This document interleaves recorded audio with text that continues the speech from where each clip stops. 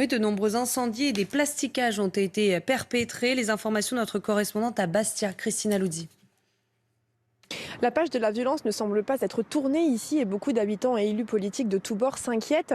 Dans tous les esprits, Juventud Clandestinagur, c'est un groupe apparu en août 2022 qui revendique une quarantaine d'actions contre des résidences secondaires, des chantiers du BTP ou des bâtiments publics dans le pays ajaxien et qui inquiète par son mode opératoire. En effet, ces actions tranchent avec celles menées par le FLNC, canal historique de la lutte armée nationaliste.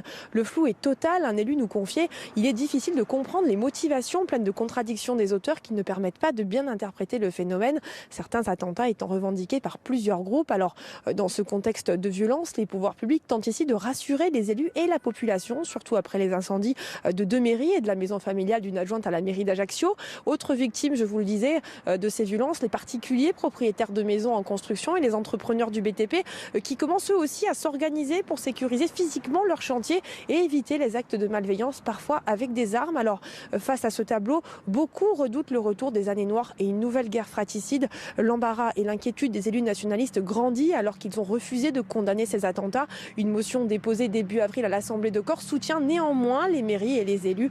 Des prises de position scrutées à Paris alors que le processus engagé sur l'avenir institutionnel de l'île est de nouveau au point mort.